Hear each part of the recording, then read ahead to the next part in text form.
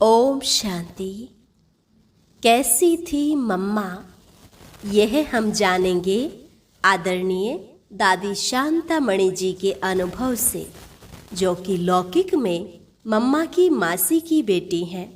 दादी जी बताते हैं, मम्मा का लौकिक नाम राधे था। उनके पिता का नाम पोखरदास और माता का नाम रोचा था। उनका जन्म सन 1919 में अमृतसर में हुआ। उनकी एक बड़ी बहन भी थी जिसका नाम पार्वती था। उसकी शादी पहले हो चुकी थी और एक इनकी छोटी बहन थी जिसका नाम गोपी था। उनके पिता सोने चांदी का व्यापार करते थे। उनका व्यापार मुंबई, मद्रास और श्रीलंका में था, लेकिन अचानक व्यापार में घाटा होने के कारण एक दिन राधे के पिता की हार्ट अटैक के कारण मृत्यु हो गई। फिर राधे अपनी माँ और छोटी बहन गोपी के साथ सिंध, हैदराबाद अपनी नानी और मामा के घर आ गई। विद्यार्थी जीवन में मम्मा कैसे थे? हैदराबाद आने के बाद दोनों बहनों ने स्कूल में एडमिशन लिया। राधे पढ़ाई में हमेशा नंबर 1 थी, गाने में नंबर 1 और डांस करने में भी नंबर 1। स्कूल में जब भी कोई कंपटीशन होती तो प्रथम पुरस्कार राधे को ही मिलता था। राधे का मशहूर गीत था twinkle twinkle little star. White frock और सिर पर हैट पहनकर राधे जब डांस करती थी तो देखने वाले दंग रह जाते थे। राधे की हॉबी थी कि बाजार में जो भी नया बढ़िया कपड़ा आए सबसे पहले वही खरीदती थी। फ्रॉक पर जो डिजाइन होती थी उसको राधे खुद अपनी बुद्धि से ही निकालती थी। राधे हैदराबाद सिंध के कुंदनमल मॉडल स्कूल में पढ़ती थी। उन्होंने अपनी पढ़ाई मैट्रिक तक पढ़ी। मम्मा ज्ञान में कैसे आए? दादी शांतामणि जी बताते हैं कि मेरी माँ और मम्मा की माँ दोनों सगी बहनें थी। इनकी एक और बहन अर्थात दूसरी मासी थी जिनका नाम ध्यानी था। उनके पति का भी देहांत हो गया था, जो हैदराबाद में अपने पियर घर में ही आ गई थी। इस प्रकार वो दोनों ही बहनें काफ़ी दुखी थी और भगवान से खूब प्रार्थना भी करती थी। दादी बताते हैं कि मेरी माँ भी उनके घर जाकर प्रार्थना में उनका साथ देती थी। जब साहेब सुखमणि आदि पढ़कर सुनाती थी ताकि उनका दुख कम हो जाए और उनके मन को शांति मिल जाए। दादी जी बताते हैं कि एक दिन रास्ते में ब्रह्मा बाबा की लौकिक युगल जशोदा माता और हमारी माता की मुलाकात हो गई। उसने हमारी माँ से पूछा, आप रोज कहाँ जाती हो? तो हमारी माता जी ने कहा, हमारी दोनों बहनों के पति गुजर गए हैं, वे दोनों बहुत दुखी हैं। हम सब मिलकर शांति के लिए सत्संग करते हैं। तब उन्होंने कहा, दादा अपने घर में बहुत अच्छा सत्संग करते हैं, पहले आप आओ, अनुभव करो और आपको अच्छा लगे तो उनको भी लेकर आना। उनके निमंत्रण पर दादी जी की माँ बाबा के घर गई। बाबा हाथ में गीता उठाकर उसके एक श्लोक पर समझा रहे थे कि आत्मा अमर अविनाशी है, मरती नहीं है। आत्मा पुराना शरीर छोड़ नया शरीर लेती है, इसलिए रोने की दरकार ही नहीं है। यह सब आत्मा का खेल है। तो माताजी बड़े ध्यान से सारी बातें सुन रहे थे और बाबा जब सत्संग शुरू करते थे तो भी ओम की ध्वनि से शुरू करते थे और पूरा करते थे तो भी ओम की ध्वनि लगाते थे। तो ओम की ध्वनि सुनते ही सबको शरीर से भिन्न होने का अनुभव होता था। तो इसी प्रकार माताजी को भी यह अनुभव हुआ। तो अगले दिन वह अपनी दोनों बहनें राधे की माँ और ध्यानी माता को लेकर बाबा के पास गई। बाबा से आत्मा का पूरा ज्ञान सुनने के बाद और शरीर से अलग होने का अनुभव करने के बाद ये दुखी माताएं बहुत खुश हो गई। सत्संग से घर लौटी हुई अपनी माँ और मासी के खिले हुए चेहरे देखकर राधे को बड़ी हैरानी हुई। राधे ने उनसे पूछा, कल तो आप दोनों बहुत रोती थी, आज तो चेहरा इतना खुशनुमा है, खिला हुआ है, वहाँ क्या मिल गया आपको? तब उनकी माँ ने कहा, हम दादा के पास गए थे, वे बहुत अच्छा गीता के ऊपर समझाते हैं। तुम स्कूल में तो गीता के बारे में पढ़ती ही होंगी, तुम भी हमारे साथ चलना। इस प्रकार वो राधे को भी अगले दिन सत्संग में लेकर चली गई। जब राधे को बाबा ने देखा तब उसी पल बाबा को लगा कि ये तो मेरी वही वारिस बेटी है, और राधे को भी उसी क्षण महसूस हुआ कि यह मेरा बहुत काल से बिछड़ा हुआ वही पिता है। और राधे को बाबा ने जब देखा तो उसी पल बाबा को लगा कि यह मेरी वारिस बेटी है, और राधे को भी उसी क्षण महसूस हुआ कि यह मेरा बहुत काल से बिछड़ा हुआ वही पिता है।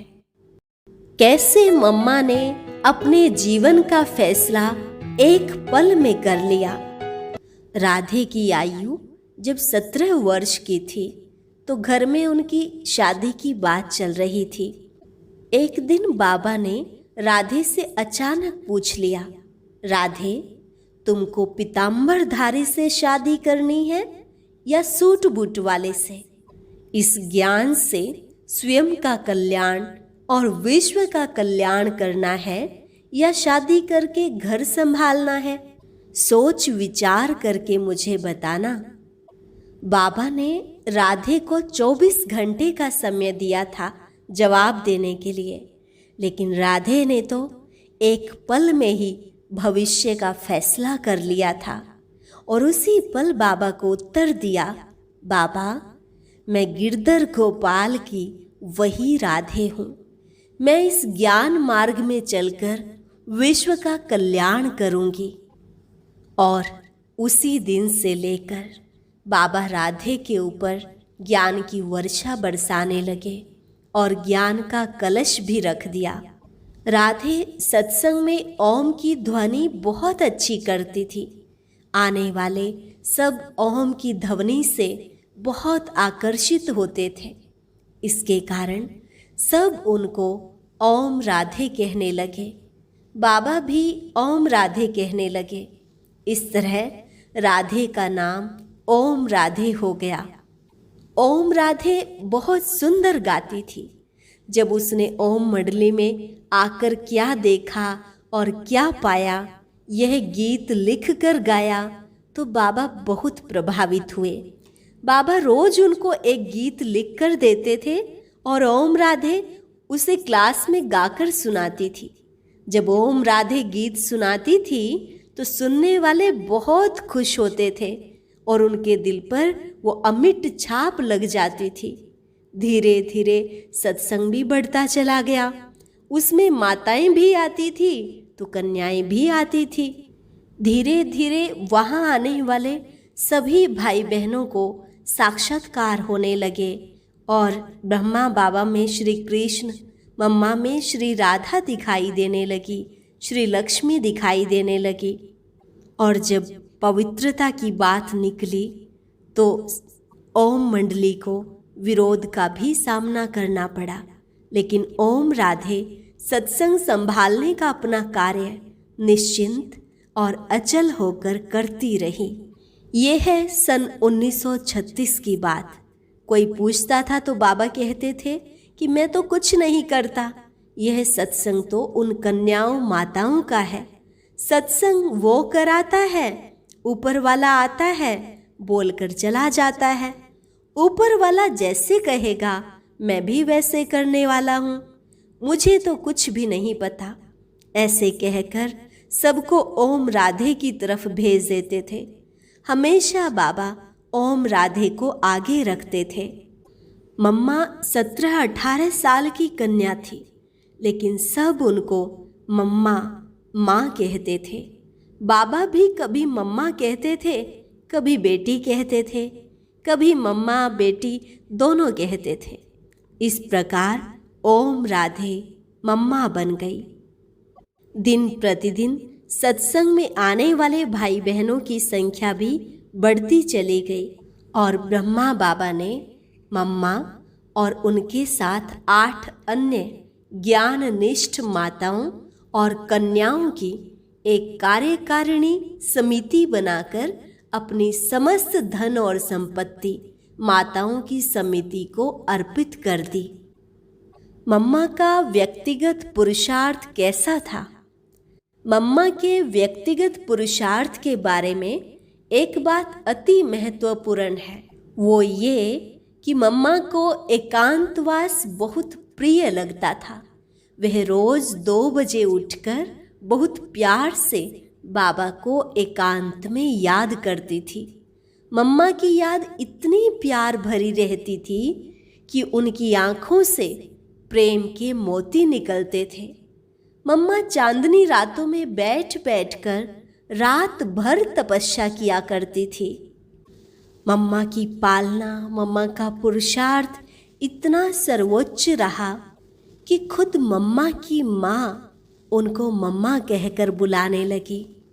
और बैगरी पार्ट में तो मम्मा बाबा का जो पार्ट था वो आश्चर्यचकित करने वाला और अवर्णनीय है। उस समय मम्मा बाबा दोनों जब तक सभी बच्चे नहीं खाते थे तब तक कुछ नहीं खाते थे। और मम्मा के हृदय में ब्रह्मा बाबा के लिए इतना सम्मान था कि बाबा की उपस्थिति में मम्मा कभी कोई राय नहीं देती थी। जैसे बाबा कहे, जो करने के लिए कहे वही करती और कराती थी। अगर बाबा नहीं है, उनकी गैर हाजिरी में मम्मा अपना फैसला सुनाती थी, पर बाबा के सामने हमेशा बाबा से ही पूछ कर करना। मम्मा वही सरस्वती माता है जिन्होंने ज्ञान के सागर को जैसे अपने अंदर समा लिया था। मम्मा ज्ञान की एक एक पॉइंट की गहराई में जाती थी और सभी बच्चों के आगे उसे स्पष्ट करती थी। मम्मा ही वो जगदम्बा है जिसको हम पूजते आए हैं। मम्मा गुणों की खान थी। सभी गुण मम्मा में विद्यमान थे। गंभीरता, सहनशीलता और धैर्यता तो देखते ही बनते थे। मम्मा की तरफ से सर्व ब्राह्मण परिवार के लिए दादी शांतामणि जी द्वारा संदेश। मम्मा की तरफ से सर्व ब्राह्मण कुलभूषणों के लिए मेरा यही संदेश है कि मम्मा हमेशा कहा करती थी, ऑलवेज सी गॉड फादर और फॉलो ब्रह्मा फादर। तुम बच्चों को परफेक्ट बनना है तो सदा शिव बाबा को ही याद करो, उनकी श्रीमत पर चलो और ब्रह्मा बाबा का अनुसरण करो। हुक्मी हुक्म चला रहा है। कभी शिव बाबा पर संशय में नहीं आना, संपूर्ण निर्विकारी बनना और हर घड़ी को अंतिम घड़ी समझना। ओम शांति।